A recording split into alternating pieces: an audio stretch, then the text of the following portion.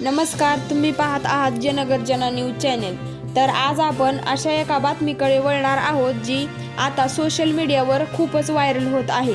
तर अमेरिकेतील मिशिगन राज्यातील ग्लॅडविन शहरात वादळी वाऱ्यासह पडलेल्या विजेमुळे प्रशासनाला नागरिकांसाठी एक अत्यंत अजब आणि तातडीचा आदेश जारी करावा लागला आहे।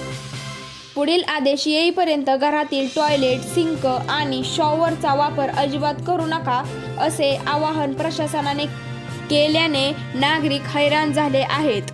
जोरदार वादळादरम्यान शहरातील वॉटर ट्रीटमेंट प्लांटवर थेट वीज पडल्याने पाणी शुद्धीकरण आणि सांडपाणी व्यवस्था पूर्णपणे कोलमडली। अशा परिस्थितीत जर कोणी फ्लश वापरला किंवा पाणी वाहिले तर गलिच्छ पाणी उलट्या दिशेने थेट लोकांच्या किचन व बाथरूममध्ये शिरण्याचा धोका निर्माण झाला आहे।